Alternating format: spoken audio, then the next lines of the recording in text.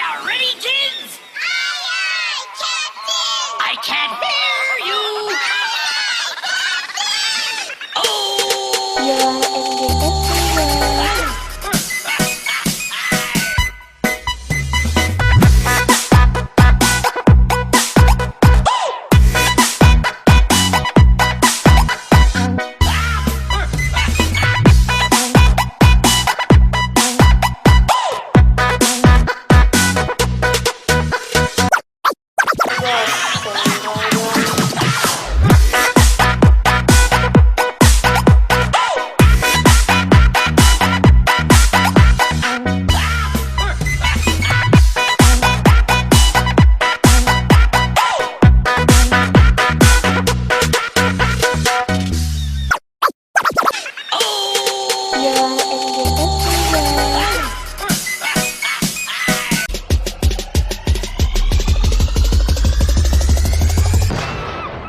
Walk the plank.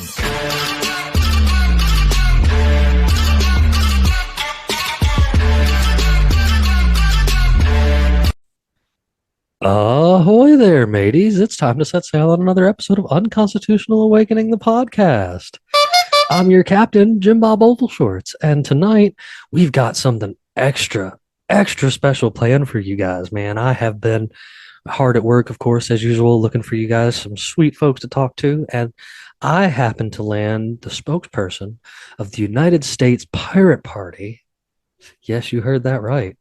And his name is Mitch Tavallo. He's actually, I mean, I might have said his last name wrong, so I do apologize. But Mitch is a really cool guy, man. He heads the pirate party out there in Chicagoland and does a lot with like the main pirate party. He's the voice you see on Twitter and such, for example, man. So, you know, he's a real cool guy. And man, this is going to be one hell of a conversation, you guys. Like we've got some good points and a whole bunch of stuff going on with this conversation, and it's one I've actually been looking forward to and kind of keeping on the low from you guys for a little while because I've had it planned for some time. Bandit and Luis are gonna hop on board for this one, and this is just gonna be. I have been looking forward to this conversation, man. Everybody's out there, they're either left or right or libertarian, and we anarchists and such get a bad rap, and that's why we're all a bunch of freedom pirates, because we just want to be free people. And the folks over there at the pirate party really got some change going on in the things that they're talking about, and have been quite successful even so far, even in the scene of politics and stuff. So I'm really excited for this, and I'm excited for you guys for this, man. So I can't wait to get into this episode tonight, man. But of course, anything we do talk about, or if you want to be able to get back to Mitch and learn more about the Pirate Party, you're going to be able to do so by hopping over to everyone's favorite website online, the place where everybody loves to hang out, unconstitutionalawakening.com. You're home for everything us, man. We got all kinds of great things going on over there, man. There's places you can hang out and post if you're banned from Facebook or wherever you're banned from. I know that one guy that's that you guys seen on here on the show, as well as in the comments, Steven, man, he's always over there on UA Social, leaving us some sweet, spicy memes. So you guys are always welcome to get over there and check that out too, as well as the host section there, where you can get back to all your favorite crew members and what they're doing on social media, man. Over there in the podcast and more section is where you can find links to each episode. You can find links to episodes of me over there on the Red Pill Projects. You can even find episodes to links of shows that we have been so lucky enough to go be a guest spot on and such, man. We all kinds of good things over there. And you guys make sure you get in there and check that out, man, especially while you're over there to answer those questions, to get yourself some of this sweet Freedom Pirate merch, man. These Unconstitutional Awakening the podcast stickers, man. I love giving stickers away, and we've given away quite a bit already, so I know we're going to give away some more here soon. Y'all make sure y'all are listening up for that question at the end of tonight's episode so that you can do that. While you're over there hanging out on unconstitutionalawakening.com, you can find places to watch us if all you do is listen, and listen if all you do is watch us, as well as a link to just listen while you're hanging out on the show, man, or hanging out on the website, man. I got it all hooked up. There's a link to get back and get you some of that sweet UA merch. shirts, stickers, hats, pillows, coffee mugs. I have seen a bunch of cool stuff come out of there, man. And we cannot thank you enough for that support. And we appreciate it so much because you guys are why we keep going, man. So thanks, big thanks to each and every one of you out there. Another way you can show us a little bit of support, man, is check out our friends in Liberty. Kirk Elliott, Peachy Key Creations, Ammo Can Survival, Brett Pike with Classical Learner and Homeschools Connected, and Pure Pet Wellness. All people doing great things in the world that are not the corporations that, rule our lives. So you guys go give them some love and check them out, see what they got going on. But again, I am excited to get into this episode. So I really need to quit running this mouth of mine here so that we can weigh anchor and set sail on this guy. So what was it you were saying, Luis? So what does the Pirate Party stand for? The Pirate Party stands for anything and everything pirate. And that is something that I've been trying to push forward. We are pirate radio. We are the Edelweiss Pirates of Nazi Germany. We are the original meaning of the Pirate Party, which was copyright and patent reform, internet piracy. That was literally the idea of what the Pirate Party was we were fighting for copyright and patent reform, intellectual property is theft. And we were saying that we need reform and mass surveillance is becoming an issue. And it became more issues kept getting added on. It started off as simply copyright and privacy. And then it built and built and built until it is what it is today. The Pirate Party stands for a free and open culture. And I think that piracy as a term and as a word has always meant free and open. And I just think we stay true to that ideal. Hey, that statement right there, like me and you were going to get great along, man, because I think pirates are the only true free men. Like, yeah, I mean, nothing held them any bounds or whatever. A lot of people hear pirates and they think of a lot of negative type things and maybe stereotypes and such. But like, I've always kind of run with it because, like, most of when you really get into the history of it, which we've done a little bit of a special on it and such, they were just free men who didn't want to be tied down by a centralized state. And I mean, man, it's something that I'm super passionate about for sure. Like I think everyone has the right to be free in any aspect that they're doing, as long as they're not bringing harm to anyone or, don't take people's shit. Don't hurt nobody. That's kind of my philosophy on a lot of things. It's just, I mean, sure, protect yourself, of course, but I'm saying, like, I don't know. It seems to be common sense that seems to be lost throughout a weird period of history. Can I clarify something, though? I want to clarify something before we get way out there. What did I do? We don't, and it's not to be frowned on, though, by any means whatsoever. It's just we don't align with any specific political party. But if we had to, if we did in some way, shape, or form align with a political party, that structure is what we would be looking for. We like to think of ourselves as like anarcho pirates. Are you affiliated? We still don't hold. What was that, Luis? Are you? Is your also affiliation with the Swedish Pirate Party that also has actually seats, I believe, currently still in their government? Yeah, in Parliament. I believe so. In fact, I know that the government in majority power, the majority government of Czechia, has pirates in it. Because they have an international pirate party. What's up? They have an international pirate party. They do. Pirate Party International. We all stay connected. It's a very, very intertwined community. Those in the pirate community know everyone in the pirate community. It is it's awesome. I applaud all the work that Pirate Party in Europe especially has done. We have worked, the United States Pirate Party have worked especially close with the Australian pirates in recent history. It's one of these things. It's a worldwide movement, and it's fairly new. It came out. The first pirate party was Sweden, and we were the second, and it was all 2006. So it was around. So you guys came out. Would you say that in some ways it was correlated and inspired, or somewhat organically coalesced into existence in or how do you perceive it? Because that's an important distinction. Do you feel that it was an association, or it was something that both organically grew from each other in their own roots? I think when Rick Falkvinge, who was the founder of the Swedish Pirate Party, I think when he founded the party, he was striking a nerve with a lot of people. Because, mind you, the party was founded immediately following the Pirate Bay raid. So it just struck a nerve with a lot of people. Mind you, the party formed in Sweden January 1st, 2006, and we formed June 3rd. So there was some time between, the second iteration of a pirate party, but I think the Swedish party was so organic, so naturally forming because it was funny. There's a party called the Pirate Party, but they're talking about things we care about and things that matter.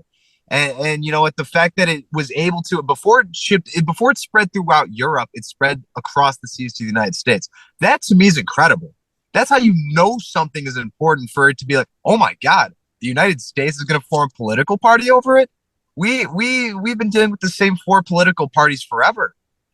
What does the Green Party stand for? What does the Libertarians actually stand for? That's worth a damn. I'll be honest with you. I used to be a Libertarian Party member. I was very inspired by the Gary Johnson campaign because I thought he was a very reasonable guy. I thought he was a reasonable candidate, and I don't care what anyone says.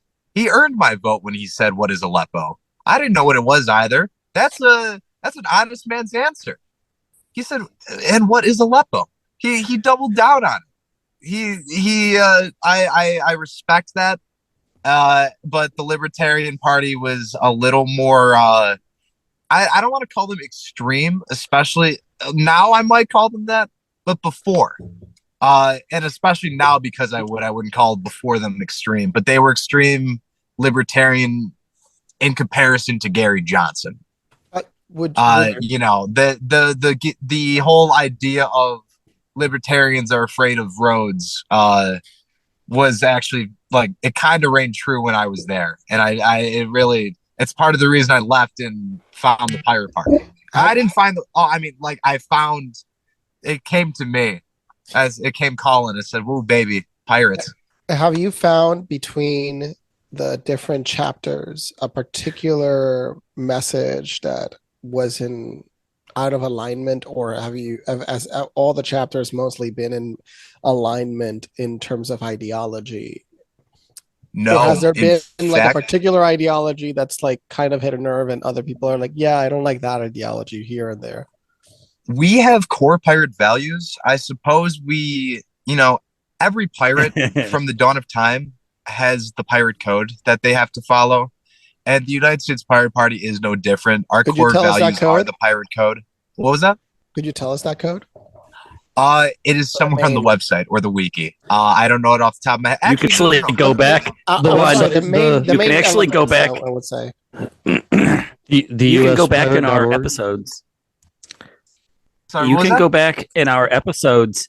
We did a thing on pirates. And you can go back and find an episode where we specifically went over the pirate code.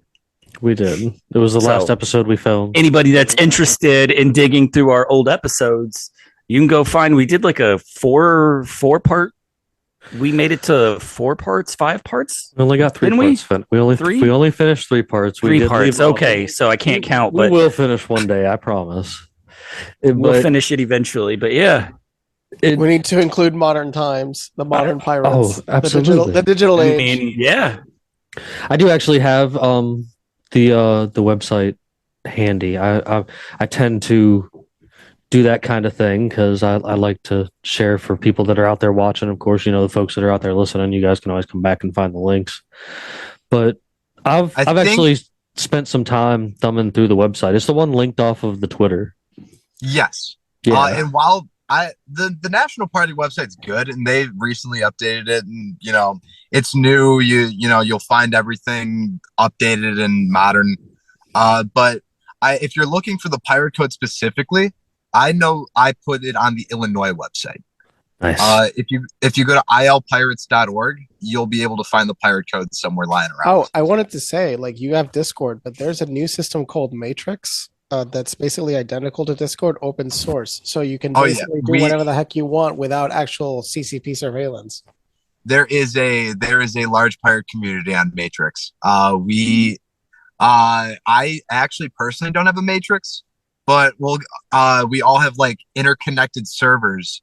So like our Telegram and our Discord and our Matrix and our IRC will all pop up in one channel, and it'll show it's from Matrix or it'll show it's from IRC. It's cool, Yeah, I found that the other day. I was like, oh, this could actually work for my business as well. Because I'm like, why would I want to be in a system that's can be surveyed?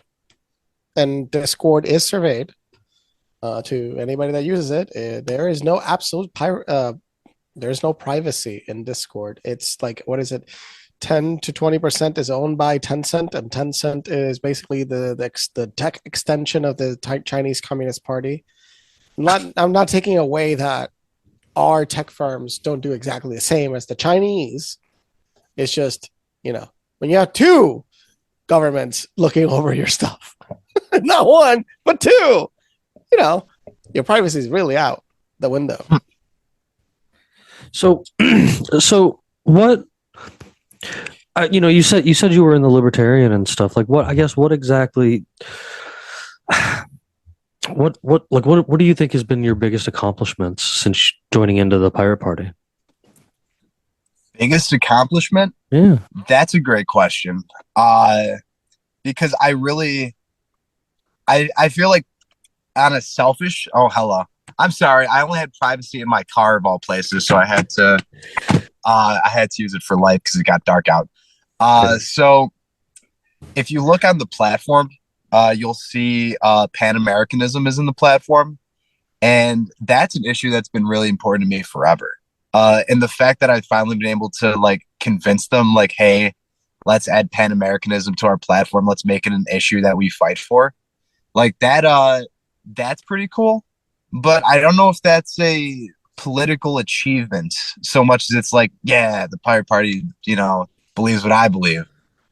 That's pretty awesome though. You were just sitting here talking about how the original came so organically and such, and yet here you are making a difference in the whole thing. So I think that is a pretty good pat on the back there, man. Like, you deserve it. I that's achieving something with a goal in mind of working at something, making a change in something all together all around. So I guess with that, I'm just to be fair to folks out there, because we have all kinds of folks on there. Would you like to divulge into the Pan-Americanism stuff a little bit? Sure. So to me, and now there's a few things that I'm going to have to jump through. Sure. If you guys can just follow me on this one. An American to me, I speak Spanish, and American in the United States is estadounidense. But if an American is from the Americas, like, that's an Americano. Like, everyone is an American. And that made sense to me. It's the Americas. It's North America. It's South America. What, like, if a European's from Europe and an African's from Africa and an Asian's from Asia, why is an American from the United States? And why is, and I thought about the history of it. The 13 colonies, it wasn't the 13 colonies. It was the 13 English colonies that rebelled against England. Nova Scotia was a colony just as much as Massachusetts was, or Bermuda was. These were all the colonies in the New World. We just happened to be the 13 ones that rebelled first. And then because we did it first, we got to be the United States because we were no longer colonies of America. We were on the continent of America, but as time has gone on, we have made the term American to mean only the United States, America to mean the United States, not America, the continent. And to me, that makes for alienation that has caused us to only think of ourselves as American and to disregard the others on our continent who will call themselves American and think of themselves American and detest the idea that we think of ourselves as the only American.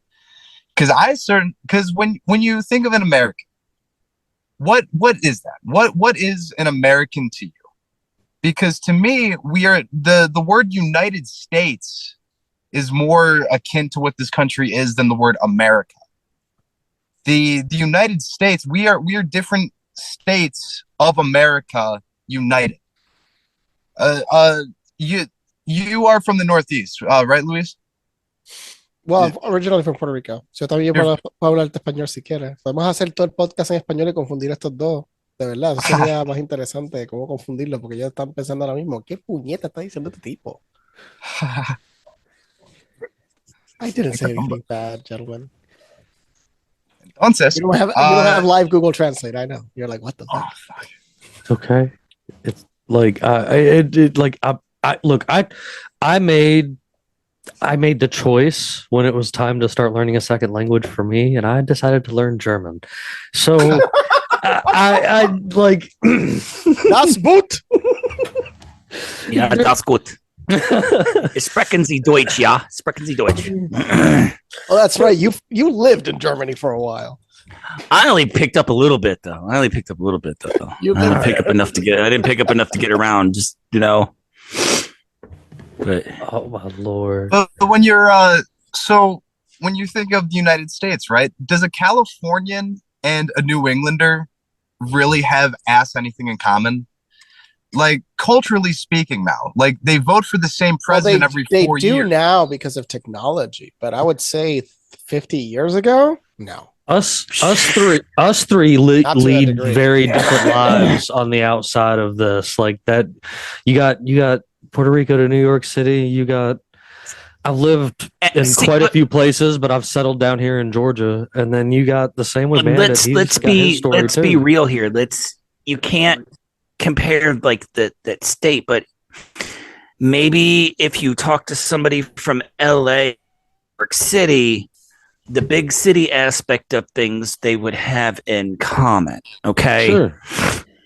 But now if you ask somebody, if you want to talk to like culturally different, you would be talking about somebody from like LA to West Virginia, the Appalachian Mountains in West Virginia. Now that would be different.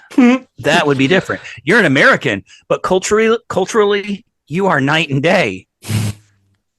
And with that being said, like the United States is gigantic. West Virginia and California are nowhere near each other. It's actually, if you read the National Divorce article, because I did touch upon it, that it's actually a quicker drive and a shorter distance to get from Lisbon, Portugal to Moscow, Russia, than it is to get from LA, California to Portland, Maine. It's shorter by like 1,000 miles. Like it's an astronomical number. Like we are an insanely large country. And I just like, you can absolutely say that someone from New England can agree, a progressive from New England and a conservative from New England can agree on what would be best for New England before a conservative from New England and a progressive from California will agree on what's best for the United States. Yes.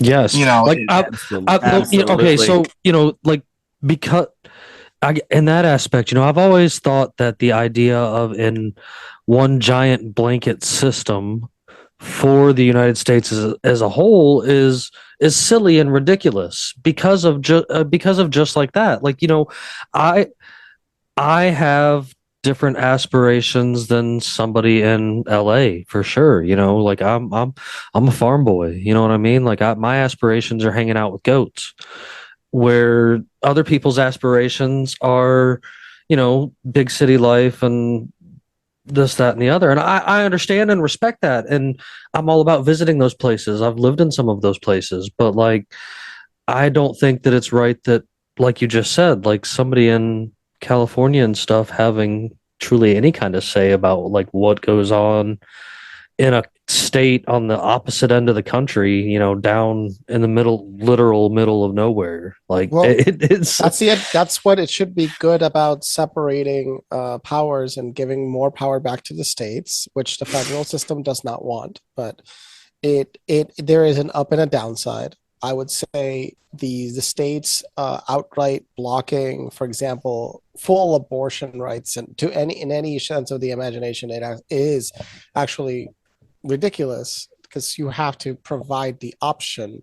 Providing no option is going against a lot of different things. I can understand that people I don't want people to randomly abort and all those things, but if you don't offer that service, there is a lot of nuance that's required for that service to provide healthcare for women, and it's integrated into that.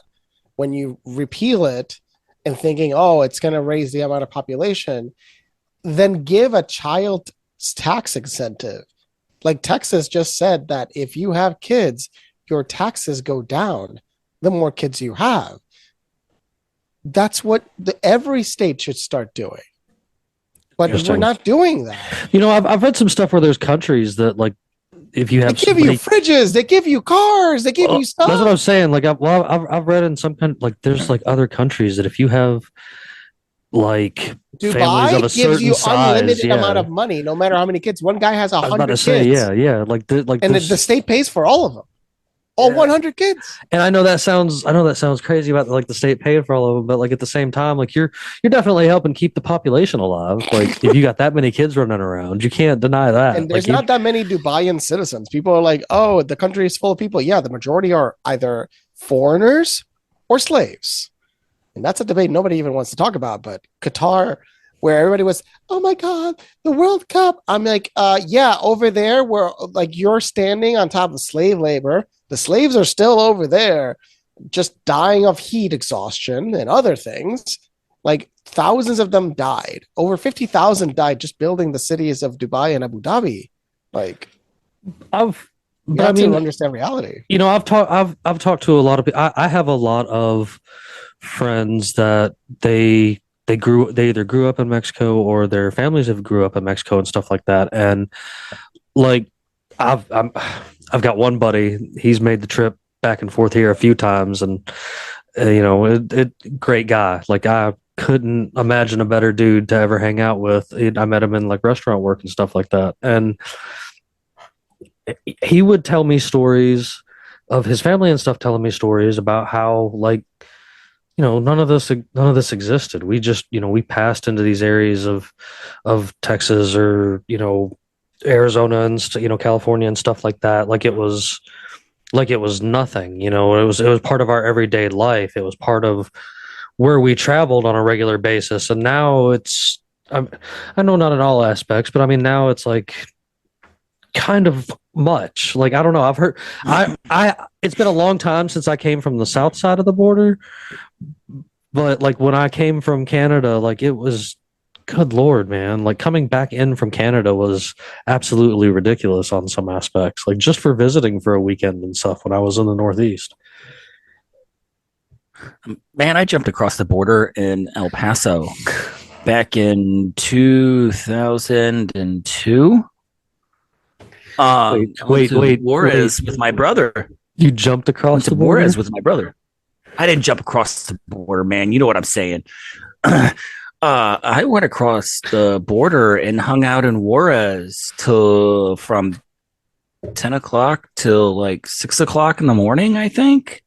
And then coming back, I walked across like a checkpoint and there was an 80-year-old lady that was the Border Patrol agent checking driver's licenses, and she was asleep at the computer and we walked right past her.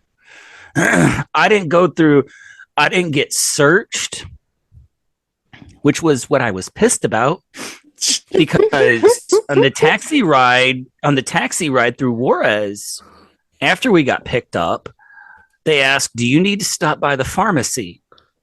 I look back at that now and go, "Damn it!" I mean, Damn it! But you could legally go to the pharmacy in Mexico, Yes, buy yes, something yes. and come back I know. in. Yeah, it's completely legal. Like, people a lot are of people actually do. That it. brings up another good point, because people are risking their lives because of how atrocious the healthcare system here is in the States.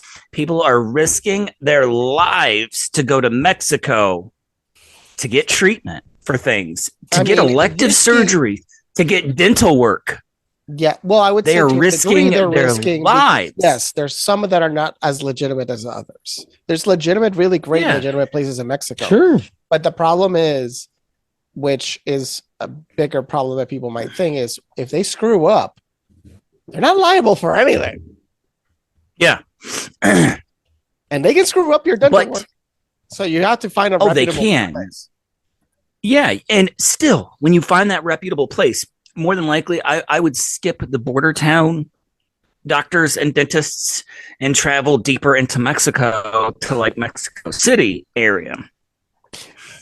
Preferably, You are spending- take a flight into Mexico City, yeah, because You- that's the other crazy thing about you Mexico. are They have whole entire Paying dentist holidays 50th. in Mexico. you are paying a 50th of the price that you're going to pay here in the United States. Yeah, I It's think, ridiculous. for example, if veneers are like $3,000, we're here at like 10 to 20,000. Yeah, They're the same thing, by the way. It's the exact is. same product. It's the same product. Same thing. ridiculous, man. Like and that is another thing. Like, I mean, Also, Israel. we is are- a hot place, but we are for, man, and I use this term loosely, please just don't heckle me over this when I say this, but for a developed nation, I know, laugh all you want. For a developed nation, we are horrible when in terms of our healthcare. We are one of the only developed nations that do not include dental care with like normal health insurance. wait. You have to split it up. You forgot our friends in the north. Canada. We also don't include higher dental. Ay, Dios mío. Well, they're like a shitty loft apartment over a really great party, man. They're British Americans, is all they are. John would. I don't know how John would. We say this. We can say this because we have a regular on the show that is a Canadian that does like live news updates. He comes on and we News updates heckle for him all the reals. time. He would be here, but he's News playing updates hockey. for reals, man. And that's, I think he's not the only Canadian that we've had on the show. We've had a diverse crowd has entertained this show. We've had people from Europe, Australia, all over Europe, Australia, Canada, all over the country. yeah, I it's mean, been all yeah. over this country. Like I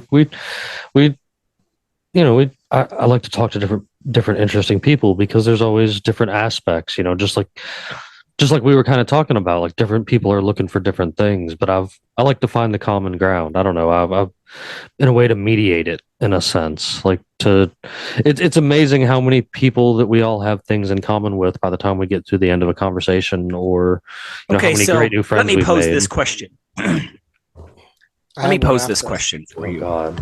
Let me pose this question for you. Say the Pirate Party came into like power in a significant way. Okay. Like you had the ability to actually make a change in the government.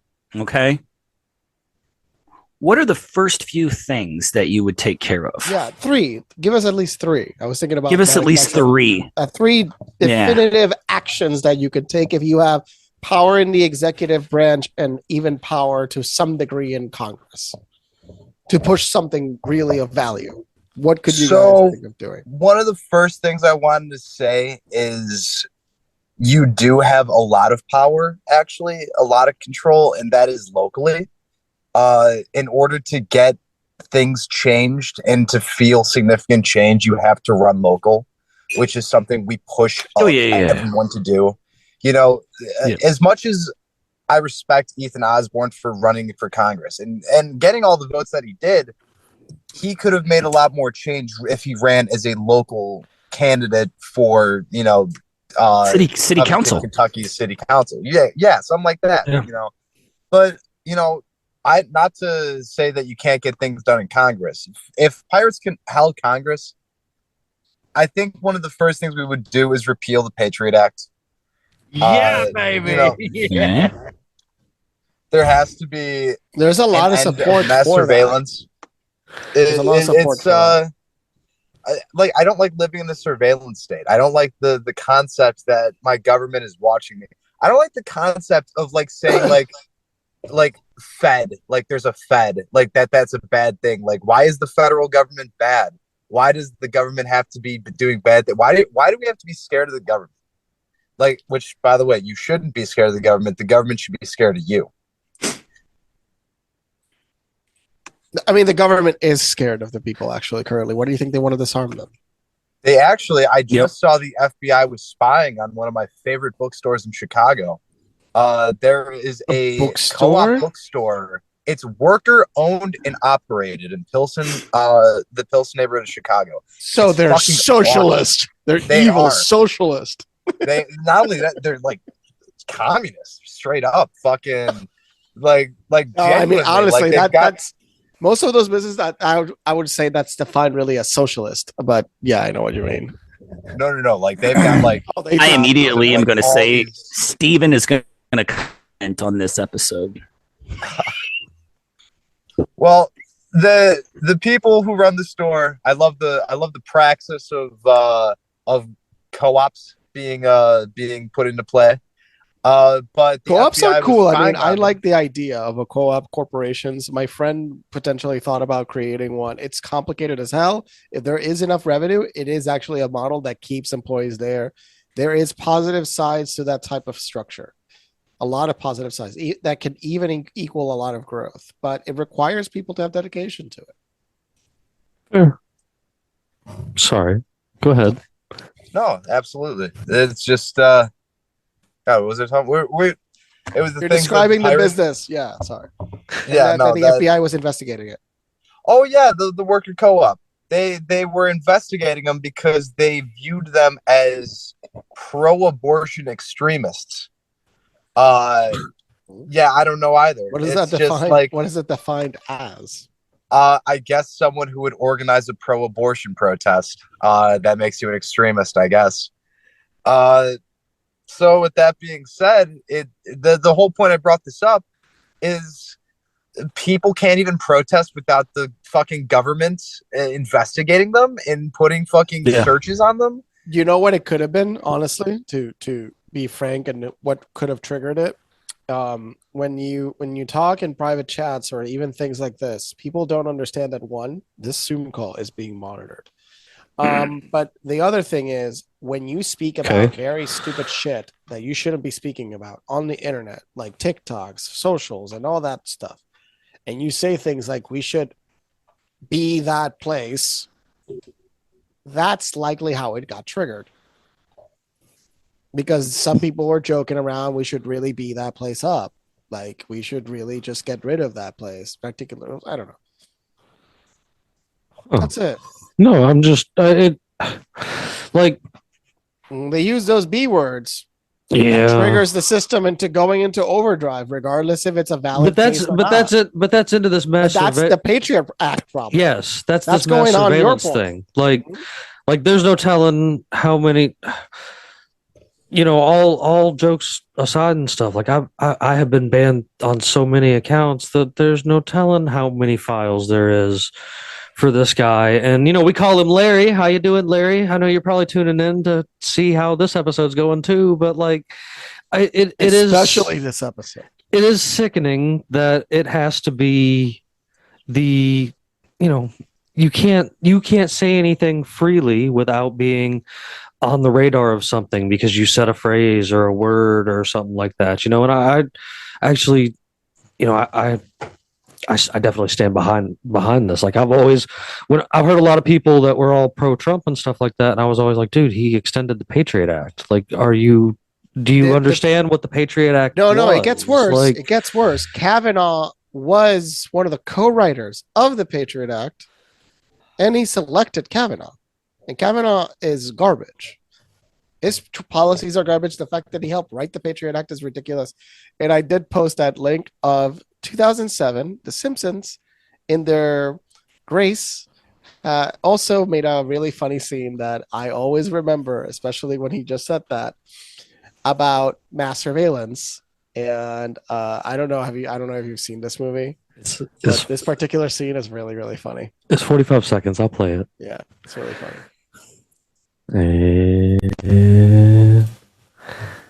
File till we get to Seattle to tell the world of the plot to destroy Springfield. I don't know if you guys should be talking so loud. No, Lisa, it's not like the government is listening to everybody's conversation.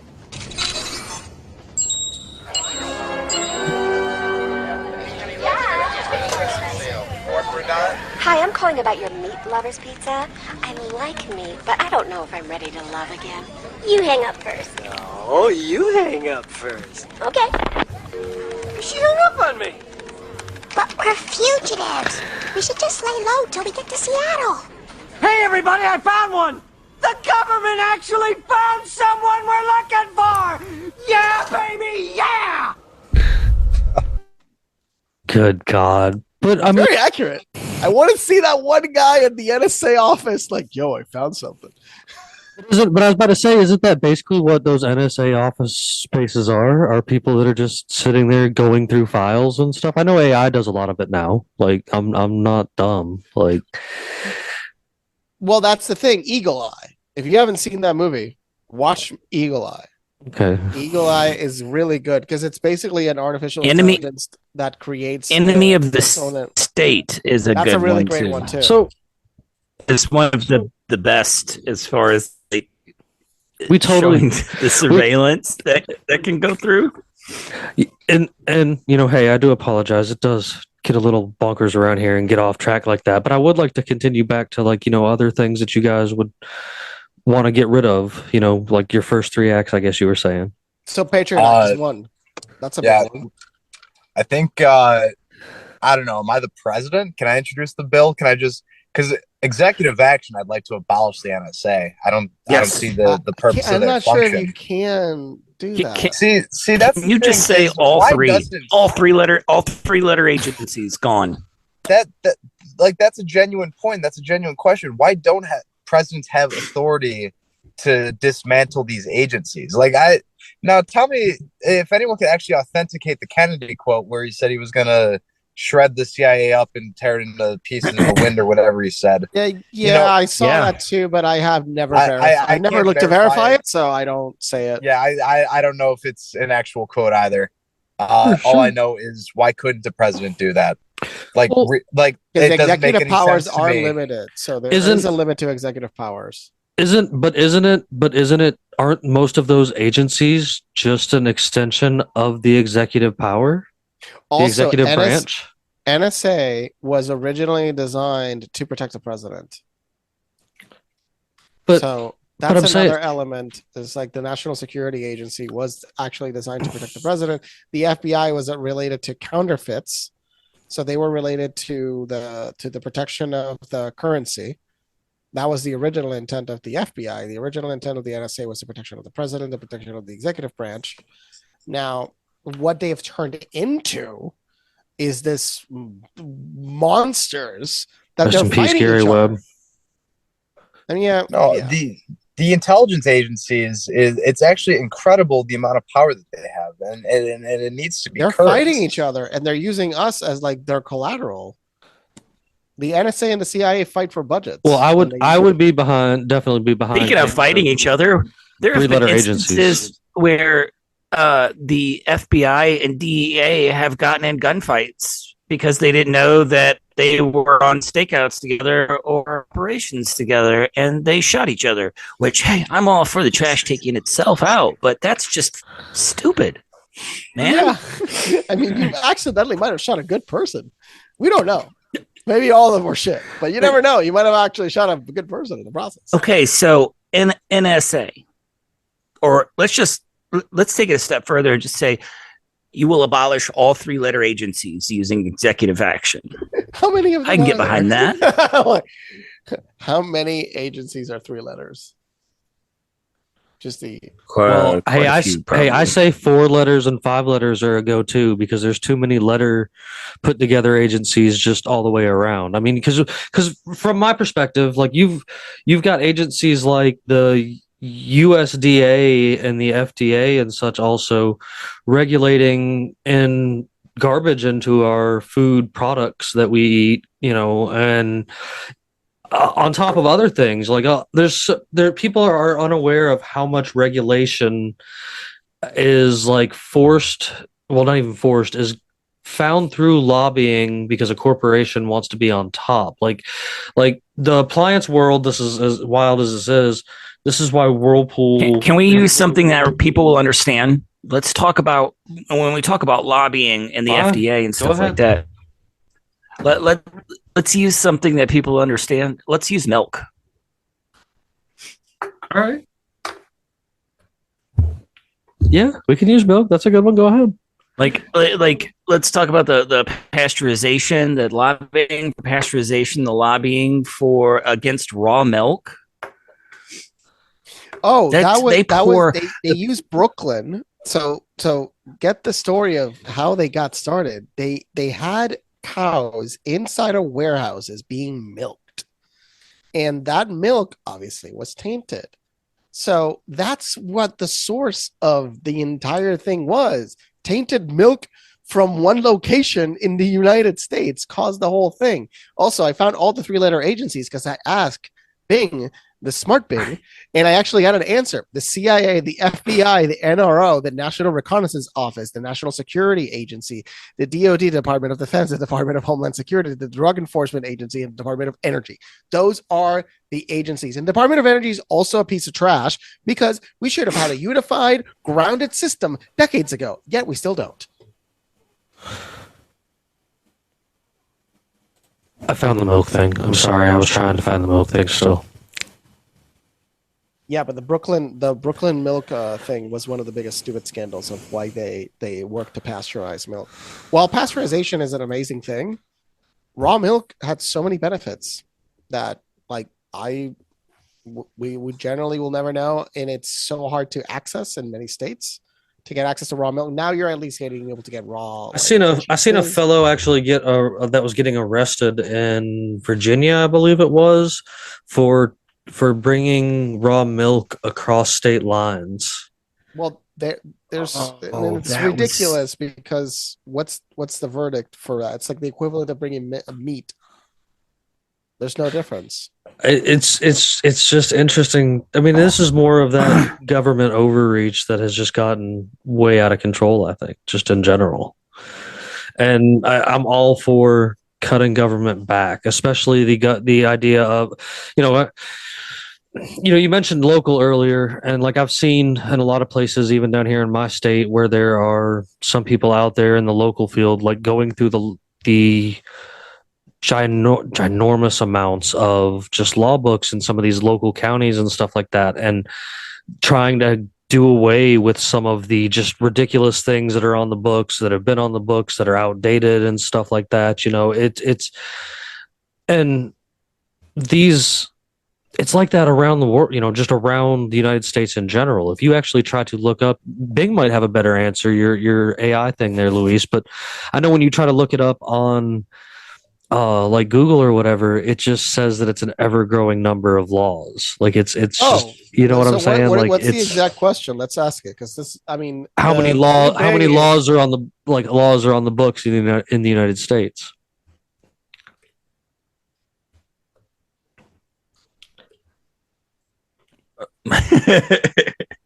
Does it have an answer? Oh, I can only imagine, man. And it's like, speaking of those laws, it's like they are so numerous that the average American commits how many felonies and misdemeanors every 3 to week? 5 a day. Yeah. All right, so I asked it all of the United States and its territories. Uh-huh. Let's see if this is actually a genuinely good a question that a computer like this should be able to resolve. And this is a hard question too. And I put it on creative mode, so it's actually thinking. Come on, give me a fucking estimate. Okay, it's actually. I think it's actually thinking because it is a hard question. It's got to give you an estimate. All right, let me share it with you. Yeah, is it on? Oh, actually, I'm gonna. I might collapse, but I'll try to show it. It might fail. All right, all right, should be able to see. It's still writing, by the way. It's not loading. Yep, yeah, it's crashed. No, it's not. You're having technical difficulties on your end, sir. Yep. Can you still see me? No, you are dark, sir. Oh, okay. So, like I predicted, because damn you, Zoom, and your update, you broke the application. Okay, so according to one report, this is Zoom's fault. My computer is more than powerful enough to do all of this.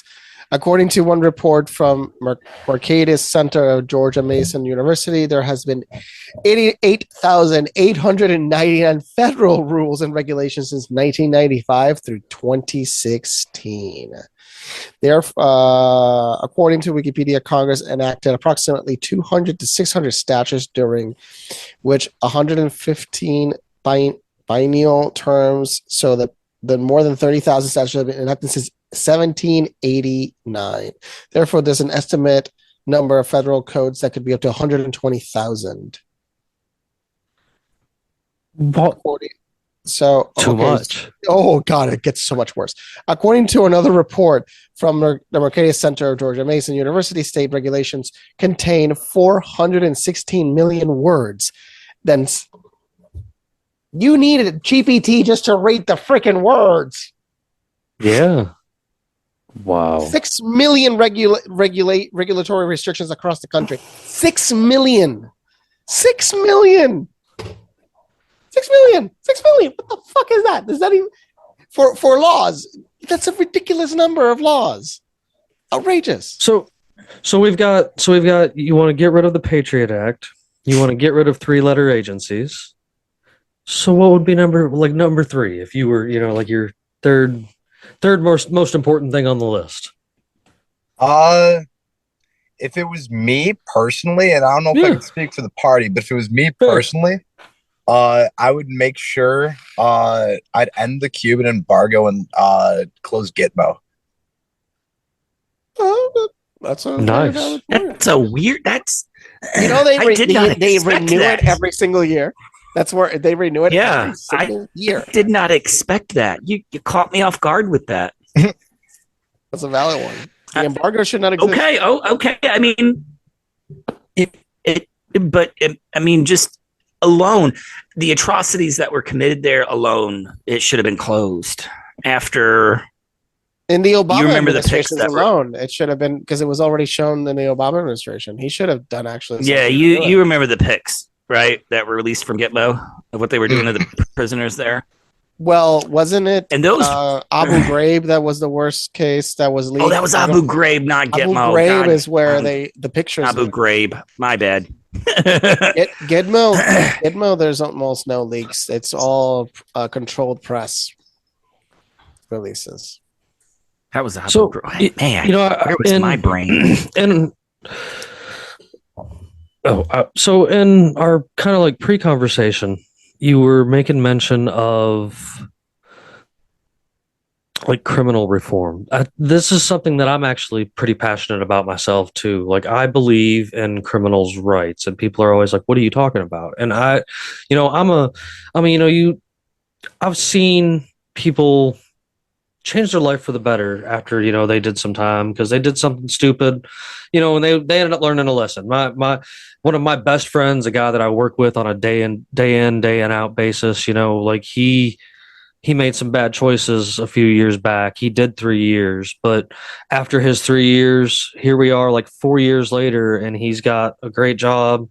He just bought a house. Like he's actually going to look at a car tonight. You know, like he's doing all kinds of great things for him and his family, and has had a lot of obstacles to jump, because when you're considered a violent felon, because you catch a situation where you had to throw hands, it just turns into it turns into other things. And like I feel that he served time and stuff like that, and did his sentence and did what he was supposed to do, and he's a reformed man. Like why is it so hard for him to get his rights back? And I know it's possible, but like they make you jump some ridiculous hoops. And there's even for criminals like in jail and stuff, technically, especially like in places in Alabama. And I know down here in Georgia, it's a common problem where we have the prisoners are turned into slave labor. Like they do the labor of the state for pennies on the dollar, because we're paying them, but it's literally a friend of mine did it for 11 cents an hour for multiple years, working on a chicken farm in the middle of nowhere, and that was his time served. And people are like, what, they do that? And I'm like, yes. Like prisoners are kind of thought of as low life individuals, and I don't think that's right. Like not everybody that's in jail is a criminal. So many people are locked away even for nonviolent offenses. Most of the ones working are actually also low, like they're very low on the totem pole. They generally do like very low level crimes. Yeah. Like, there is no rapist on the side of the road. Fair. There's no murderer on the side of the road.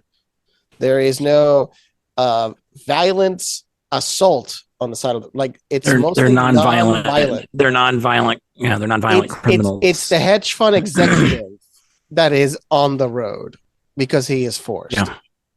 It's white collar criminals mixed in with just people that did stupid stuff, like he went into the store or missed a court date or robbed the restaurant they worked for. Like I've met people like that. Robbed them by taking cash out of the register, not rob them at gunpoint. No. These are the things that should be like lists, like a good slap in the hand, and don't do that again. It shouldn't be go to jail for 8 months for stealing $500. So, but anyway, you should have all of your rights restored when you get out. I mean, let's talk. I mean, that is such, and even for a lot of the freedom-minded individuals that are on social media, that is still a difficult concept for them to grasp, is that a felon should have the right to own firearms like anybody else. Non-violent felons. Let's rephrase it. No, not even that. I mean, no, let's There's not. a spectrum to that.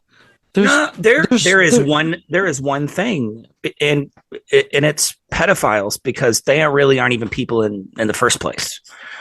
They don't get their firearms back, but they don't get their pew pews. Pew pew pew. No, they get a pew pew, but not how we're talking about, man. See, it is a slippery slope. Could you man. show us what they would get? No, let me finish, because I'm making a really good point. You violent felons, because your rights are bestowed upon you from your higher power. You as even a violent felon get their firearms back. They get their fairy tale make believe right to vote back. They get they're the same.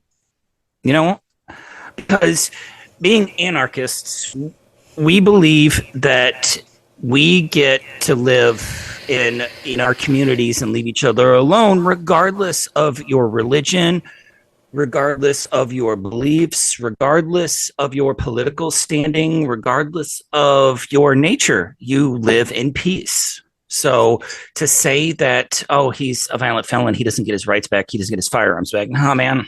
Nope. You get them too. I know. Go ahead. I would like to hear your input on this.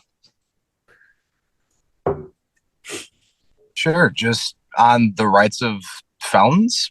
On the rights of Absolutely. criminals and such, yes.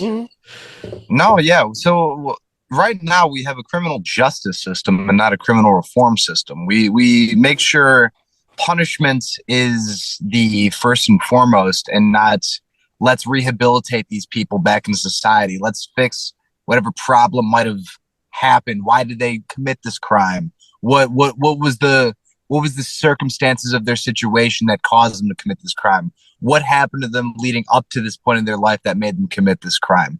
You know, why do we have punishment? And then to your point of prison labor being slavery, the 13th Amendment abolishes slavery except in time of punishment. That is literally written right there. They're not even hiding it, that prison labor is slavery. Yet Kanye was criticized when he said that 100 times, even though it literally is in the law. It's right there. It's right there. Man, that is something that I have pushed for years, and I have gotten drugged across the internet for it and lost accounts and stuff like that. But yes, like the 13th Amendment just turned you into a slave of the state if you break one of their 120. What'd you say? Something there, Luis, about all the laws? 120,000. 120,000? 120,000, but it's estimated there's 6 million regulations. Yeah. Yeah. And if you break one of those, you have a chance of being put into that slave camp. But go ahead. I apologize. Sorry. No, you're right though. And it's interesting to me that what doesn't really, like, does it not almost solidify the existence? What are the top employers of slave labor in the United jail prisons in the United Prison States? system. Yeah, wait, that's a valid question to ask that machine. Why don't you specifically ask Kamala Harris what she did in California? 1,400 people were sent to jail because of weed. And how many were held past their release date to fight the California wildfires? Yep. Go ahead. You were saying. It almost, does it not codify prison equaling involuntary servitude when you codify in the amendment involuntary servitude is abolished except during this, almost essentially giving the green light, like yeah we'll abolish it unless you're a criminal. Well, this is where things like the crimes bill and stuff comes into like into play where God, this list is getting ridiculous. It starts, I want to say, Verizon, Sprint, Fidelity Investments. But you got this this crimes bill in place, and you've got the whole war on drugs and stuff that on top of that, and you've got people that have been turned into criminals for medicating. You've got people that have been turned into criminals for just, as we've already covered, absolutely ridiculous things, and that people don't understand when on my stance. I think when they hear me saying that there needs to be a defunding of the police force, what I mean by that is that they need to quit having federal government incentive to enforce a lot of this ridiculous nonsense that they enforce, because they get quite a bit of federal government incentive on top of getting army, military surplus, just handed over to them. That was on purpose. That was from the Obama administration. People don't understand that and it wasn't until the Obama administration. No, yes, but it wasn't until the Obama administration that the police departments got military grade equipment. Yes, and Trump literally expended on it. So I'm not taking. Let me also be clear that military grade does not always mean better. No, we mean actual military equipment. Not No. I totally get what you said. Yes, I know military grade means minimum spec. It actually just. I know a county in the state of Georgia that has roughly 150,000 people that live in that county, and that county has a tank in their police force. Why? Why do you need a tank in such a small compared county? Like, are you talking about one of those cargo vehicles, or like an actual Abrams level tank? I'm talking they've got an armored personnel carrier. No, I'm talking they had a Cannon. They had a cannon. Hold on. They had a guy that locally was a city commissioner that went off his rocker and was holding his wife hostage inside their house, and they had to drive this tank through the side of his house to get him out of there. I mean, that was a good use of the tank. I gotta say. Like, but I don't know any other better use of a tank than just drive through shit. I don't see why. I would say that's a relatively peaceful approach to it than Waco level of just firebomb it. I guess, but I mean, and I know that's probably not the best subject to throw with it, but they had the tank before that. They got gifted the tank because of, you know what I'm saying? They got gifted the tank during that Obama thing. You know what I mean? Like that was something that they were given, and they do have the carrier and stuff too. They have a whole SWAT team. Like there's multiple counties in this state that have under 100,000 that have ridiculous sized SWAT teams with, I mean, guys out there in, full on tactical black ops looking this, that, and the other. And for what though? You know what I'm saying? Like they want to be part of this. They want to be part of the military without being actually part of the military. This is from a Joint Chiefs. So I mean, I guess along with, like criminal reform, obviously there has to be some form of police reform as well, too. I'm sure you have a stance in that area as well. Oh, absolutely. And again, this is when local stances should come into play, where I think people should, like, your local police, that's probably as local of an issue as it's going to get for you. Like I live in the city of Chicago. We have more police per capita than any city in the United States. Except us, I think. You live in a war zone. I think we compete against you. We have 50,000. Well, I promise you, if having more police meant more safety, Chicago would be the safest city in the world. What we have right now, we need to the defund the police was ultimately, it was a terrible phrase because it just meant we should defund them. We should give them more money. Stop that. They're like you by bringing up one, you're bringing up an extreme of the other side, and it only led to more police funding. We should be advocating for demilitarizing the police. We should have beat cops again. We should literally have neighborhood cops that patrol around in a paddy wagon saying, "Hey neighbor, how you doing? See any trouble? All right. I should know my local cop." Like there shouldn't be the Big Brother surveillance state where I feel fucking anxious whenever a Chicago police officer pulls up behind me. I should instead feel, oh hey, that's Officer Dan. He's my local beat cop. You're right. You're 100% right that is important, and it's caused all the issues we currently have. But it looks like per capita, oh my god, are you still looking that up? DC.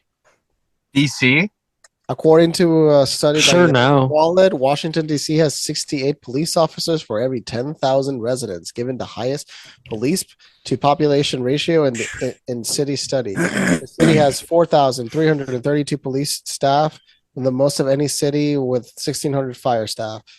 Well, look in D.C. Look at the crime rate of Washington D.C. Look at the crime rate of Washington D.C. It's pretty insane over there. It's also the city with one of the highest level of illiteracy in the entire country is Washington D.C. I mean, and it's all you got to do is, I mean, let's take that a step further and go. I mean, look at the gun laws that these large cities have. Chicago comes second. Sorry, I forgot to say Chicago. Chicago is second. You're right. So Chicago and then New York. On top of slightly more than New York. You're right.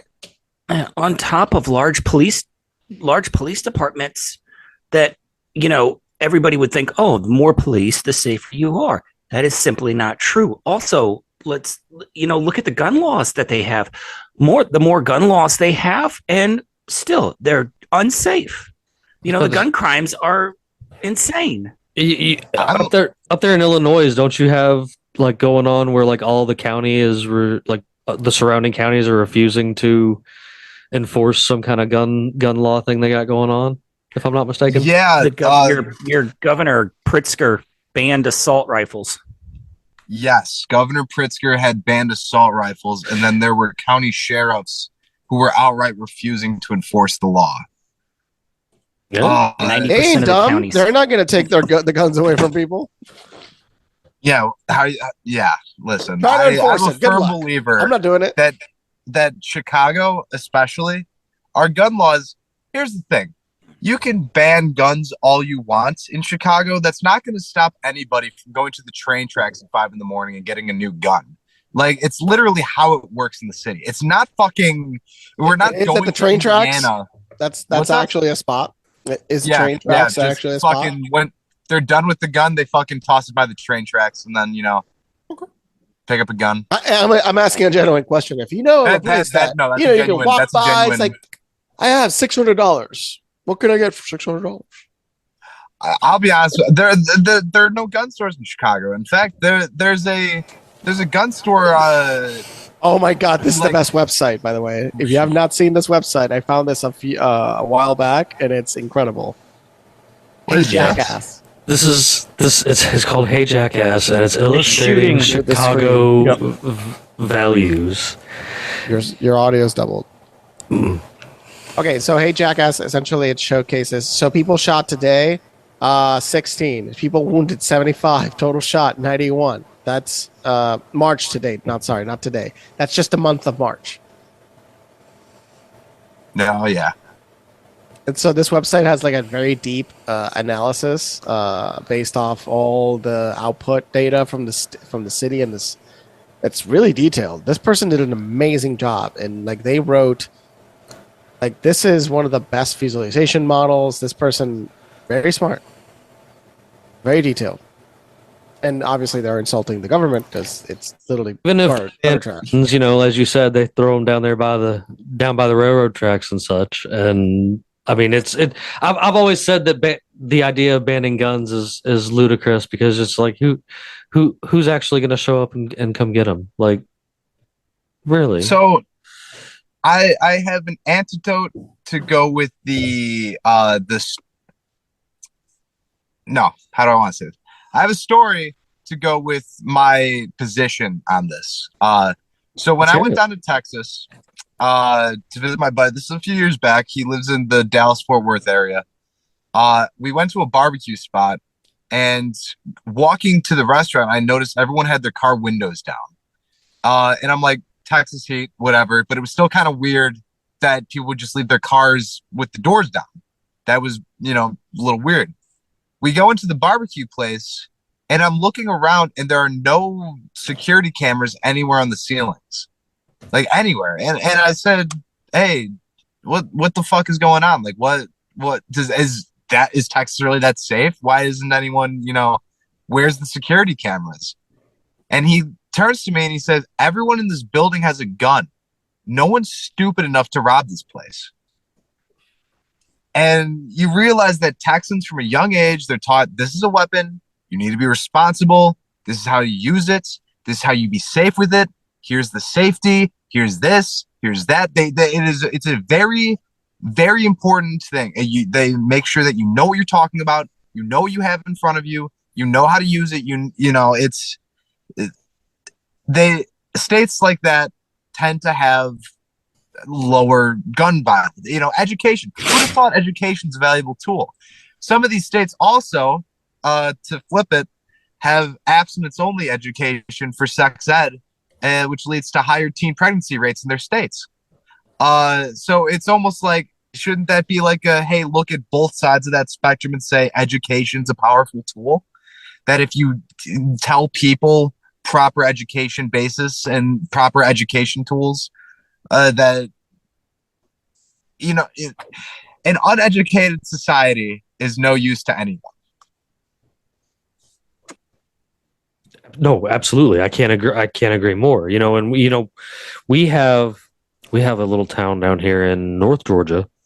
It's a whole county area. It's a place called Kennesaw.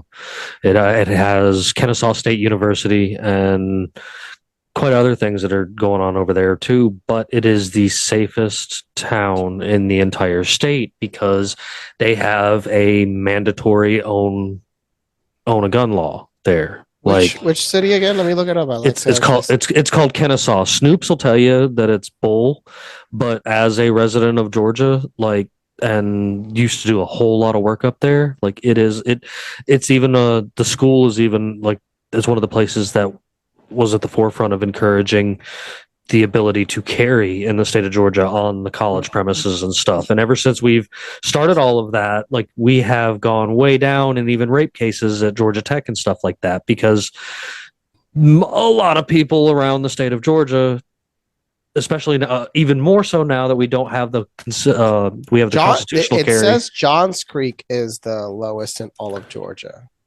Johns Creek's right there in that same vicinity. However, sources rank Brazelton as the safest city in Georgia by a wide margin. Brazelton recorded just one violent crime in 2018. Property crime rate was nearly 5 times lower than the Georgia statewide rate. What's in Kentucky? What's the safest town in Kentucky? That's interesting. But it was especially since they've done the the constitutional carry down here in the state. It has gone way down in the college towns and stuff like that. You're not hearing of abduction cases, and there's we run into a lot of the same stuff out here. I'm in a bumfuck middle of nowhere town, and you're gonna see exactly what you just said. If you were to come into this area of Georgia, people on the downtown strip in the little square or whatever with their doors unlocked and their windows open and everybody just carrying on. And 98% of the people that you're walking past are definitely carrying. And I'm the kind of fellow that's, an armed society is a polite society kind of guy. That's just always been even my grandfather used to say that exact same thing. Well, it's true though, but everybody's safer because it's true though. Hey, completely off subject. Who's your new incoming mayor now that Beetlejuice is out? We are about to have a runoff. It is going to be between Paul Vallis and Brandon Johnson. Anybody have either of those looking to be better than the outing? Yeah, Beetlejuice. Yeah, you know what my biggest problem with Lightfoot was? She was from Ohio. We need to stop letting graduates of the University of Chicago move to the city and think they could run it. That is unacceptable. But that's no, my issue with her in reality. Well, we don't need Stacey Abrams down here and trapping people downtown because they were protesting. Wait, where's Stacey Abrams from? Look at the progression of Lightfoot in her political career, and look what politics did to her. She was already Beetlejuice. If you look at if you look at Wisconsin. If you look at her when she started in politics and her progression to where she ended as mayor, you will see what big politics did to that woman.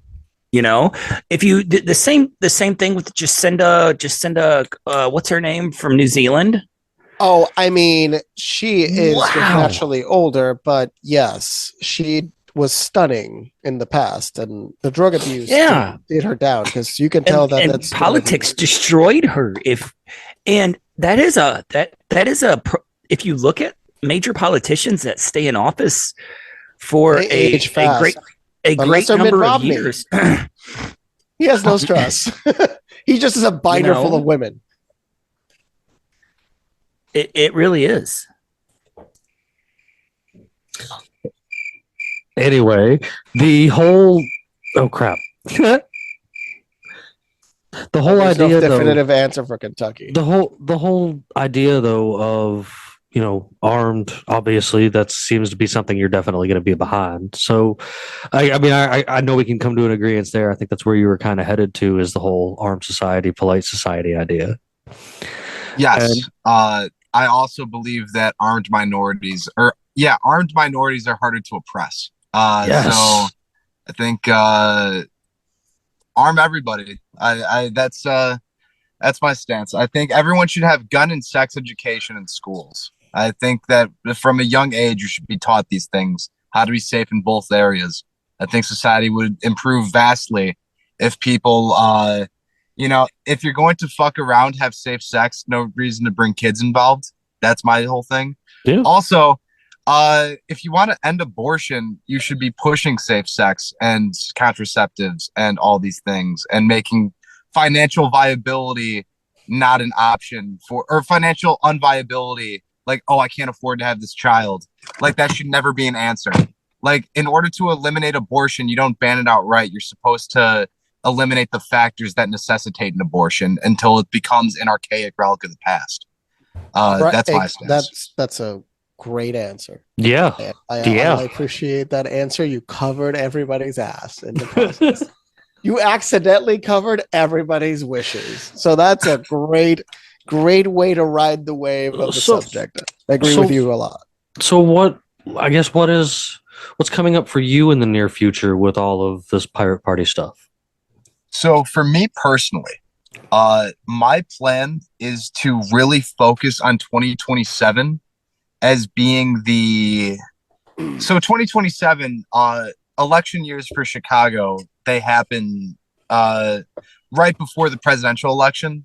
So 2023 obviously was the mayoral year this year. We had the aldermen all switch, had their election as well. 2027 is the next election year. I want the Chicagoland Pirate Party to have candidates in every aldermanic seat. I want us to have a candidate for the mayor. I would like to see us running in the suburbs. I want to see, I believe that the United States Pirate Party is good at the national level. I'm very proud of the Pirate Party. I think it's a solid party. I'm proud to say I'm from the party, but Chicagoland's my baby. That is something I'm looking forward to working exclusively and raising. I think that there is no party that is there's no localized Chicago party. There's no party that says, hey, I love Chicago so much, I'm going to exclusively talk about issues pertaining to Chicago. So they will bring up the issues. Obviously the city, you can't avoid them. But we always talk from a very Republican, Democrat, a very Yankee standpoint, a very nationwide political viewpoint. And Chicago transcends that. And I would think most places do, that where you're not dealing with national politics in Chicago, you're dealing with Chicago politics in Chicago. Let's talk about Chicago. We don't have to talk about nationwide people. When we're talking about Chicago, we can talk about Chicagoans. We can talk about what is actually important to us. We can talk about what's important to Chicagoland.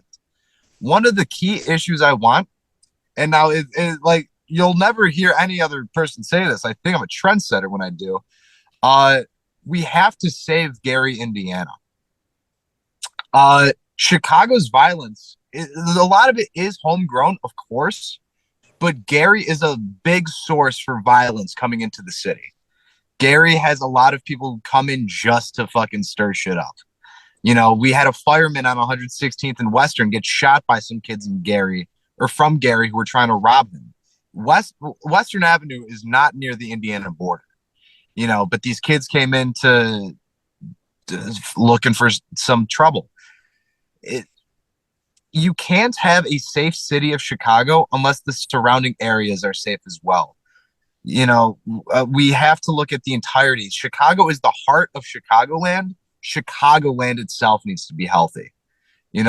So I will be, the next coming years, it's going to be, for me at least, when I say go local and support local and work on local issues, that is like I am truly going to be the at the forefront of that for Chicago politics. No, that's outstanding. Like, I mean, I look forward to seeing that. I look forward to seeing it kind of in other places too. I mean, I know you guys have branched out further than the Chicago area and the Illinois area and stuff like that. I I see the stuff on the international stuff, of course, as well. But I see you over there. Because that's where I found you, of course, was over there on Twitter, was where I started talking to you. So, I see you on Twitter always, up in the conversation and stuff like that, and throwing things out there. And I applaud stuff like that. I do too. I do it in meme form. That's just my shtick, I guess. It's always fun to get that laugh across as well on top of everything else from my perspective. But like, you seem to like be hitting in those right places of these top issues that so many people are concerned about. And I know that in general, as a whole, really, people are tired of the duality, like completely. They're really done with the whole duality system, the whole uniparty that's going on that we have currently, and the nonsense that they play. And there are quite a few people that are also fed up with the idea of the Libertarian Party, and that's just because the Libertarians can't even get along with the Libertarians to make any progress in the Libertarian Party. It as fun as it may seem, they just don't seem to be able to come to conclusions amongst themselves, and I think that's a problem in their own aspect and why they've had so much trouble over the past however long they've been doing their thing. And seeing something like this growing so exponentially and so just vividly, and having true true values to stand upon, like this is what a lot of this is the idea of political reform just in general. Like, this is the idea of how there actually needs to be some change done, and people like yourself are here actually working on the forefront of that, and I find that absolutely beautiful. Like that, me and Bandit go back and forth about, there's totally good guys that we don't hear about working hard out there. You know what I'm saying? Like, even if they're not in the spotlight, there's totally good guys out there trying to do the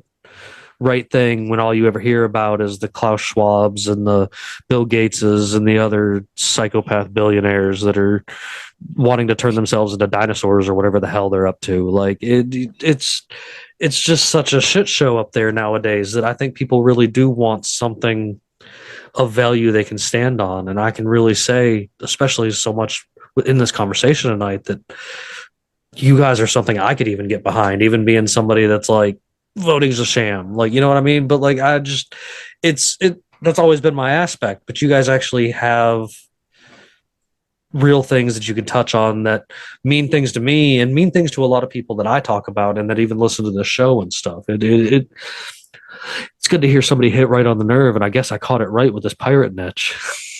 Oh, right on. Thank you, brother. I appreciate it. And I just want to say, it's the beautiful thing about pirate parties everywhere is, even though we have that connection, the thing I think that I love the most about it is we are all different. We're all very unique.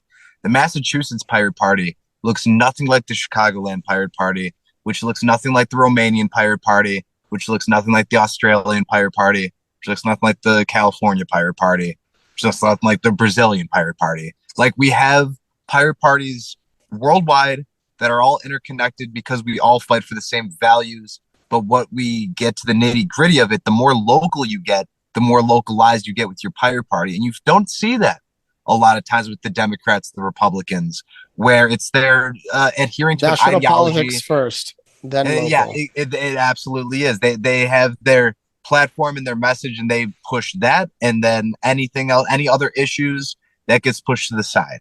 We have a pirate in West Virginia. He has a website formed, so if anyone is listening in West Virginia, hey, hit us up. He would love, we'd love more volunteers out there. He was talking about how the local Republicans introduced a transgender ban bill, and everyone in the community is like, hey, there's like one trans person here and we love them. What do you like? This has nothing to do, like, this is not important to us. Why are you introducing this bill? And it was to their local county. It wasn't a nation. It wasn't a statewide thing. It was them, pushing their narrative, their anti-trans, they're not talking about the issues that West Virginians actually want to talk about. They're talking about what the nationwide culture war they can push. That's what they choose to do. That seems to some be of those the bills common... introduced have nothing to do with putting child safety first. And that's the problem, is that it gets muddled because of that. Because some make just no sense. Because some, basically, if they do that, they would ban all drag performances, period. So those are ridiculous. I think Tennessee is technically at that level of stupid. It's go ahead. That's exactly it. It's attacks on instead of actually focusing on issues that matter, it's bullshit like this, which I don't like, and I don't think any pirate party would adhere to that. I think we would prefer to focus on shit that matters, like the TikTok bans or vision? What's your view on? That's a good one in tech. What's your vision on Section 230? Now, I'm gonna be frank with you, gentlemen. I'm the worst technological pirate ever. Like I support like right to repair and shit, but I couldn't tell you why. Right to repair is very simple. I mean, if we can't repair our farming equipment, we're all dead. Oh no, yeah, like I believe you should be able to repair. You know, you own it. You should be. It's yours. If I bought this with my money, this is mine. I agree. I could tell you do whatever the hell I want with it, and should have the instructions to fix it. I'm the platform chair of the United States Pirate Party, and I'm having a hard time being able to write that as a platform position. You know, just because you should look up the people that are right to repair and support them. If you are for right to repair, you should be like, the Pirate Party supports you. Oh, believe me, we're in full contact with a lot of them. The thing about the pirates, I wish we were doing more with like the people that align with us, like these groups that believe what we believe, but for whatever reason we don't. I try to coalesce with like different political parties that kind of align with us, like me and the United States Transhumanist Party. He has I believe the vice president, he lives in Illinois, so I've been in contact with him, you know, just because we don't ideologically clash. But to get back to 230, I have no idea. You're gonna have to. Fine. It's good. It's complicated, so it's. I was just saying, but it's a complicated subject. So, you've answered the abortion question better than I would think almost any politician has in the history of American politics already. So, you were able to appease both sides in one answer. Thank you.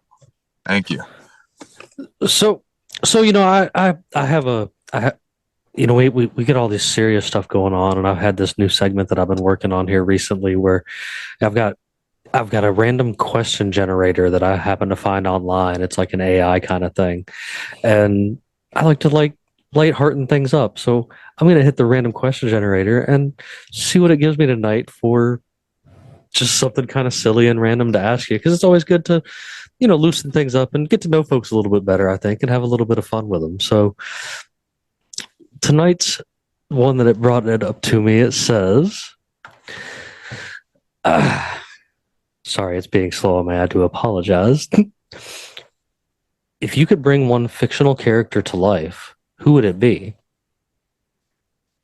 Ooh. If I could bring one fictional character to life, who would it be? I would bring Ed from Ed and Eddie. You know what? I'm a goofy guy. I admit that. Which and Ed, I do though? think that like watching Ed and Eddie, like eyes glued to the TV and watching Ed thinking he was the funniest, I think that shaped who I was as a human being. But like he's also stronger than Goku. So like if he's your buddy, like you're set. Like that would be bizarre to bring like a slide and just like ingest it. Like he's written stronger than Goku. I would absolutely bring Ed from Ed and Eddie, and he'd be my bud, and we'd be Mitch and Ed. I love it. No, I love it. That's original. I'll give you that. That's pretty original. Again, you caught me off guard with that. Yeah, totally did not see, totally did not expect that. But man, I don't know, man. Why that is a good choice from that show. That's a good choice. What about you? That's Ben? a good choice. These questions are generally open for the whole crew that's on board. So what you got tonight?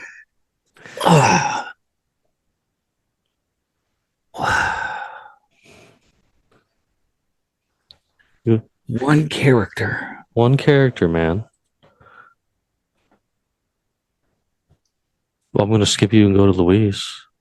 Luis, if you could bring a character to life, we're gonna let Bandit think about it for a moment. He's over here contemplating hard. That's Oh, honestly, if we can manage it, because anybody from the Dragon Ball Z universe is way too overpowered. Those people are like accidentally I blew up a planet. So those people are out of the question. They're gods essentially. Popeye could be anyone in the Dragon Ball universe. Fight me. Popeye's safer. He just needs drugs instead of sensu beans. He needs to. I would probably bring Vigo back from Ghostbusters 2. Oh, that dude's Wow. pretty badass, man. Wow, that's that's you not- brought a that- villain. Okay, you brought a And why villain. not? I mean, why not? Why do the good guys always have to win? You know, I mean, Wait, what if Vigo was the good guy? what if though? I mean, I have no idea. I know. that was always my thing about movies like that. It's like, why can't we have a movie where the bad guys win? We do. It's called reality. But you know, they're not winning though. They're not winning though. They happen for a long time. We have to. They're change the model. trying everything they can right now. They're not winning right now. What about that movie with Michael Douglas when he's like fucking the stiff and with the tie and he's like shooting up the restaurant because they won't serve him breakfast? Falling down. Is that what the movie Falling is? Down? I need Yeah, all I know falling is- down, man. All I know is Yeah. the feds got him, so the bad guys won that one. He's not wrong. You're not wrong. Plus-year-old movie. Man, you gotta. Okay. All right. Oh. You got me. Yeah. You knew the name of the movie. I would have assumed you saw it. So sorry, yep. gang. Oh yeah, I was movie. gonna say That's a Dark popular movie here. Phoenix. Dark Phoenix. All right. They're Talk powerful about enough to overpowered. Talk about Not compared to a overpowered. Goku. Not We'll compared see. to Goku. We'll Goku see. can literally just do this, and every single one of those people disappear from the face of the earth. So could the Dark Phoenix. Exactly. That's why I want to make friends with them. Yeah. I mean, I think these That are or all the great. whole world burns. Hey, one of the And two it- happens. And it totally wasn't like actually anywhere that I was going. Like I like the Ed. That was South one. You guys, you're over here bringing back villains, and you're bringing Dark Phoenix to life. Like Which is a villain, maybe not villain. You were thinking human, weren't you? You were like bring. no, I mean I'm okay with cartoons. I watch a lot of cartoons. I love cartoons. I guess if we're gonna go the cartoon route. Yeah. If we're gonna go the cartoon route, then like I would have to say that I would want to hang out with Master Shake from Aqua Teen Hunger Force. Really? Yes. Not Frylock. I've hung out with the guy who is Frylock in real life, so that's already knocked off my list. Oh, He's how a- was he? He is a blast, and if you ever happen to run into him in Myrtle Beach and you're partying with him on the beach, make sure you bring lots of skiing equipment because he skis more than anybody I know. Sounds like a fun fry guy. He was a blast, and like the year that I met him, I was dressed as Dumb and Dumber Pool. I did a Deadpool Dumb and Dumber crossover. We had the orange and blue suits with matching masks and everything, and the top hats and canes, and I even had a briefcase that had IOUs inside of it. And when I walked across the front of him, he was like, "I have to take a picture with you guys," and I was like, "I want to smoke a joint with you." And That's the best intro, sir. It turned into the all evening hanging out with this guy after the con closed for the evening, and he came back over there to the area with us, which happened to be bike week. So we all partied with bikers and Frylock for a Saturday night in Myrtle Beach one year, and it was probably one of the best times I ever had up there. Like it. I mean, I don't know. It's just wild stuff like that, man. I'm the adventurous kind of guy, you know. Like I like to not say no to the situation. If I get invited to go get into something, I'm the guy that's like, let's do it. If I'm not the guy that's coming up with the idea, because it's just, we're only here for a short time. Why Why be a Debbie Downer and not go enjoy something fun or do something interesting or meet wild people? Because you never know what kind of time you're going to have. The con world, especially, I have rubbed elbows and hung out with quite a few cool folks that I've watched on some shows that I enjoy and stuff like that. That, as far as I know, they're not on any lists or anything, but they're they're actual decent people that you run across and you're just like, wow, like that. It's nice, man. It's nice to see people like that aren't psychos on TV telling you that you should rub, foreskin on your face to, make it last longer or whatever they got going on and stuff. It's always a wild time. So, but man, I appreciate you this evening and stuff. And I like to go around and see if there's anything that, like any last minute things or anything. And of course, plugs like that. So where can everybody find you? So if you're looking for the United States Pirate Party, you can go to uspirates.org. We also have a Discord server, which is the best place to meet pirates across the country and connect with pirates in your state. That's where we do a lot of business. So you could always come to an outreach meeting, a platform meeting. We always post links whenever we go live for YouTube because we live stream all of our meetings. So on YouTube, you can find us at United States Pirate Party. We live all our Sunday PNC meetings. If you're looking for me at the Illinois Pirate Party, that's ilpirates.org. You can find me at SwarmCare MNGR. I think that's my tag, something like that. But that's I don't think there's anything else to plug. You're all invited to the Pirate Party. If you guys want to join the crew, we'd love to have you. You're all swell. Well, thank you. Do you guys? I do have something. Do you guys do like I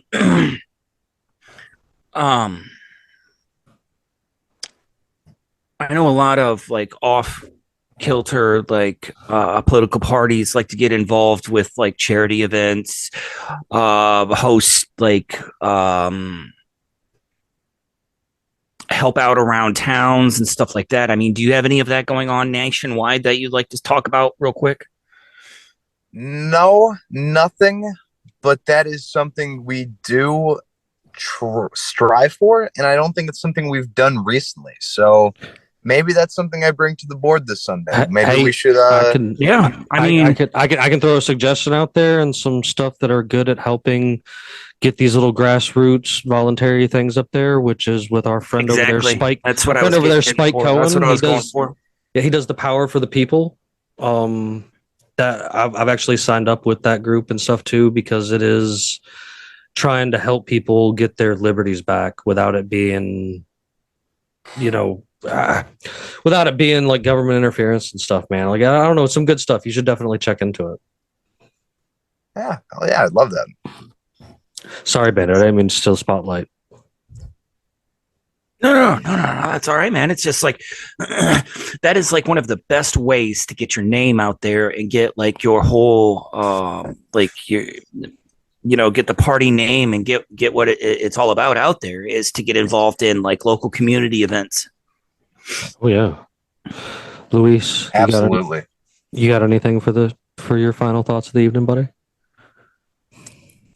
We definitely must look at the other options seriously, as we are no longer taking the left and the right in any way seriously. And maybe it can be an idea that sounds as loony as the Pirate Party to become something mainstream enough to break up that duality.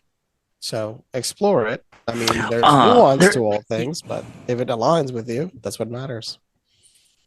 And even as small as you guys are, do you guys have a presidential candidate for 2024? Ooh. Stay tuned. See, seriously though, I mean, as ridiculous as that sounds, you can. I mean, if you're a political party, do you guys know have you guys ever heard of the Prohibition Party? Do you know of the Prohibition Party? Oh, I'm familiar. I believe I follow them on their Twitter. I do. I follow their Twitter. Their presidential candidate is Zach Strength, a former Division I football player. That's the presidential candidate for 2024, Zach Strength. Interesting. Well, So we have we've been in contact with some folk that we think would be we think that I don't want to spoil anything, and I don't want to reveal anything just yet. However, I think that our candidate would be a supreme help to bring eyes to the party. And see, I have to reiterate that we are in no way, shape, or form advocating for, voting. Hey, listen, voting at the national level will only get you so far. If there's one message I'm going to get out of this, it is please, you have to run local. You have to run. You can't depend on other people to make a difference. If you think something needs to be changed and you think you have an idea of what can do better, run for local office. People have no idea just how important library trustee, school board member, all these things, they matter. And they're constantly up for election. There are constantly positions that go uncontested, unchallenged, and people get complacent in their taxpayer funded positions.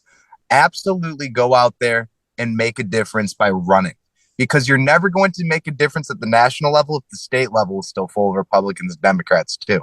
You have to put our people in, and our people is your people are us. We have to do this together. We have to defeat that, because the duopoly that runs this country can no longer. It is Jimmy, who's responsible for the duality? It's two wings of the same bird. Martin Van Buren. They are dividing this country more than they could ever dream of saving it. We have to get rid of the duopoly. Because we need a market. A divided country is easy to conquer. A divided country is easier to conquer and easier to control when the population is divided like that. Even something as simple as a political party affiliation. I have seen families just go at each other for one person is a member of a Democratic Party and the other person is a Republican, and families can split apart just because of a political party. So imagine what it can do to a country. I will not stand for Yankee political division. People say America first. I say United States first. We are states together. We should embrace our uniqueness in our multicultural communities. We should not be looking at each other as one group and saying we need to solve it in a certain image, in a certain way. We are not America. America is the continent. We're the United States of America. Let's address ourselves as United States, and let's look towards unity. Let's look towards uniting. Let's embrace it instead of trying to form it into something it's not. We can fix this. Yeah, and I think pirates could be the folks who fix it, because if you look throughout history, you've got pirates from every walk of life, male and female, worldwide. And, something that they all had in common is they were free people.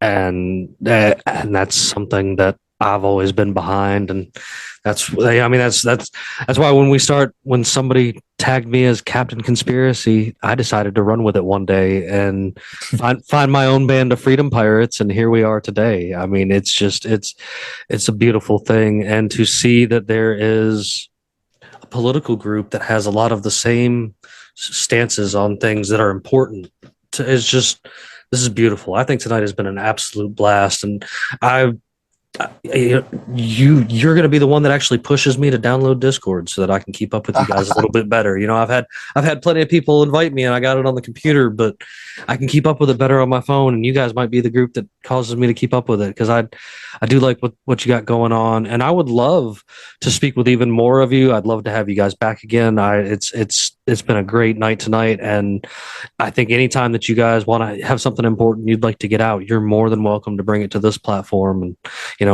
that's that pirate love, man. Like I would gladly give you guys a place to spread that message worldwide, because that's where you can find us on platforms all over the world for sure. Because all you folks out there that are listening and watching everywhere, and the numbers have been up and stuff like that, we can't thank you enough. Like, we greatly appreciate it. Me and Bandit go back and forth about it all the time. He gets excited and sends screenshots to me. So you guys keep showing that support and love, man. Like it means a lot to us. Share. Yeah, and share. And we're always popping up in different places too, man. We got a section over there at unconstitutionalawakening.com that shows you UA and other places, man. We you never know where we're gonna pop up. Folks are inviting us around and like having conversation with us and stuff. So if you can't get enough of us, there's us there. You can also catch me on Saturday nights, the Red Pill Project on Makes You Think. And then every time we load an episode up here, man, we always got something good to share with you guys. And I think tonight's been one of the more progressive nights of the evening that I've had in a little while. So anything we have talked about, you guys, I'm going to have links with this episode wherever you listen, wherever you watch, as well as links to get back to Mitch and everything he's got going on, man. And if you're up there in Chicago, man, this is the guy you guys need to be paying attention to and supporting, man. I think he's the guy that's, definitely for y'all when it comes to doing something different up there, because boy, has it been a mess. And of course, we're still doing the whole pirate trivia questions, your multiple choice question tonight to win you some sweet Unconstitutional Awakening the podcast stickers. We've got these new batch of stickers in recently, and we've got even some more coming now. So tonight's pirate trivia question is still multiple choice. So a typical pirate plunder was A, doubloons, B, spices, C, the pieces of 8, or D, tobacco and silks. You guys can answer that question at unconstitutionalawakening.com underneath this episode. We appreciate it, you guys. Thank you and have a great night.